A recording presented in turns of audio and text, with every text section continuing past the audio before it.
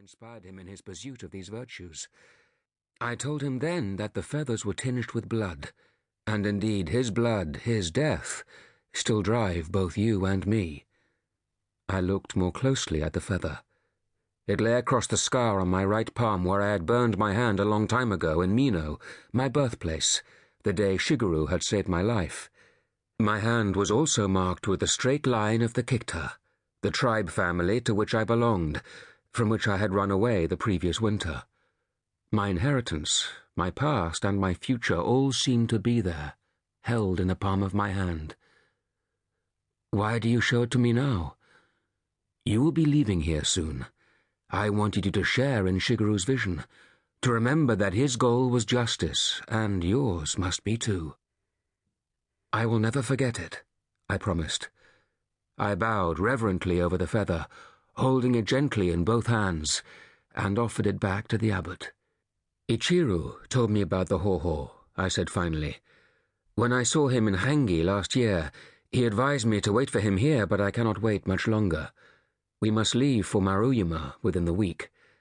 I had been worrying about my old teacher since the snows had melted, for I knew that the Otori lords, Shigeru's uncles, were trying to take possession of my house and lands in Hangi, and that Ichiro continued stubbornly to resist them.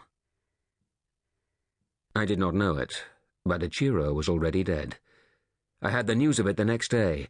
I heard something beyond the temple gates, shouts of anger, the trampling of hooves.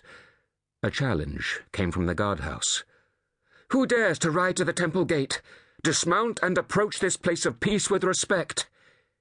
It was Makoto's voice, one of Terayama's young warrior monks. He had become, over the last few months, my closest friend. I climbed the ladder to the guardhouse. Makoto gestured towards the spy hole. Through the chinks in the wood, I could see 4 horsemen. The Otori crest was clearly visible on their helmets. Then my eyes fell on the basket tied to the bow of one of the saddles. My heart turned to stone. I could guess only too easily what was inside such a container. The horses were rearing and cavorting, not only from the exertion of the gallop, but also from alarm. A mob of angry farmers poured from the narrow path, armed with staves and sickles. The warrior at the rear made a rush at them, sword flailing, and they fell back slightly but did not disperse. The leader of the horsemen called towards the gate in a loud voice. "I am Fuwa Dozan of the Otori clan from Hangi. I bring a message from my lord Shoji and Masahiro for the upstart who calls himself Otori Takeo." Makoto called back. "If you are peaceful messengers, dismount and leave your swords." I could feel blind fury building up behind my eyes. "There's no need for that," Fuwa replied scornfully. "Tell the so-called Takeo that the Otori do not recognize his claims, and that this is how they will deal with him and any who follow him." The man alongside him dropped the reins on his horse's neck and opened the container. From it he took what I dreaded to see. Holding it by its topknot, he swung his arm and threw Ichiro's head over the wall into the temple grounds. It fell with a slight thud onto the grass of the garden. I drew my sword, Jato, from my belt. "Open the gate!" I shouted. I leapt down the steps, Makoto behind me.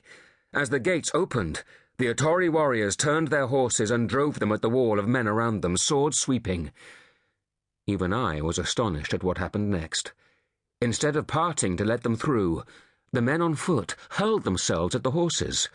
2 of the farmers died immediately, cut in half by the warriors' swords, but then the first horse came down and its rider fell into the pack around him. The others met a similar fate. They were dragged from their horses and beaten to death like dogs. Makoto and I restored calm only by severing the warriors' heads and having them displayed on the temple gates. The unruly army threw insults at them for a while, and then retired down the hill, promising in loud voices that if any other strangers dared approach the temple and insult Lord Otori Takeo, the angel of Yamangada, they would be dealt with in the same way. Makoto was shaking with rage. I went back inside the walls. Kaede had brought white cloths and water in a wooden bowl. She was kneeling on the ground beneath the cherry trees, calmly washing their head. She handled it gently, as if it were a precious and beautiful object.